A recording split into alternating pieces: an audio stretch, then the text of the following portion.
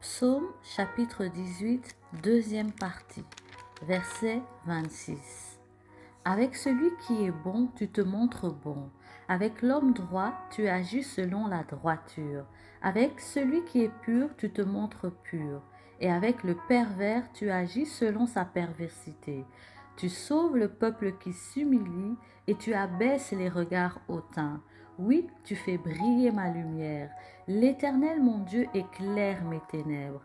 Avec toi, je me précipite sur une troupe en armes. Avec mon Dieu, je franchis une muraille. Les voies de Dieu sont parfaites. La parole de l'Éternel est éprouvée.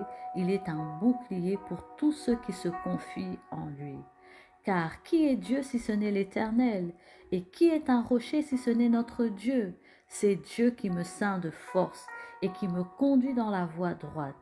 Il rend mes pieds semblables à ceux des biches et il me place sur mes lieux élevés. Il exerce mes mains au combat et mes bras tendent l'arc d'airain. Tu me donnes le bouclier de ton salut, ta droiture me soutient et je deviens grand par ta bonté. Tu élargis le chemin sous mes pieds et mes pieds ne chancellent point. Je poursuis mes ennemis et je les atteins, et je ne reviens pas avant de les avoir anéantis. Je les brise et ils ne peuvent se relever, ils tombent sous mes pieds.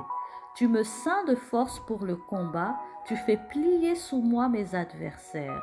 Tu fais tourner le dos à mes ennemis devant moi, et j'extermine ceux qui me haïssent. Ils crient et personne pour les sauver. Ils crient à l'Éternel et il ne leur répond pas. Je les broie comme la poussière qu'emporte le vent. Je les foule comme la boue des rues. Tu me délivres de dissension du peuple. Tu me mets à la tête des nations. Un peuple que je ne connaissais pas m'est asservi. Ils m'obéissent au premier ordre. Les fils de l'étranger me flattent. Les fils de l'étranger sont en défaillance. Ils tremblent hors de leur forteresse. Vive l'Éternel et béni soit mon rocher. Que le Dieu de mon salut soit exalté, le Dieu qui est mon vengeur, qui m'assujettit les peuples, qui me délivre de mes ennemis. Tu m'élèves au-dessus de mes adversaires, tu me sauves de l'homme violent.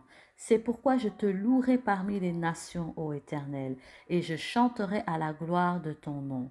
Il accorde de grandes délivrances à son roi, et il fait miséricorde à son oint, à David et à sa postérité pour toujours.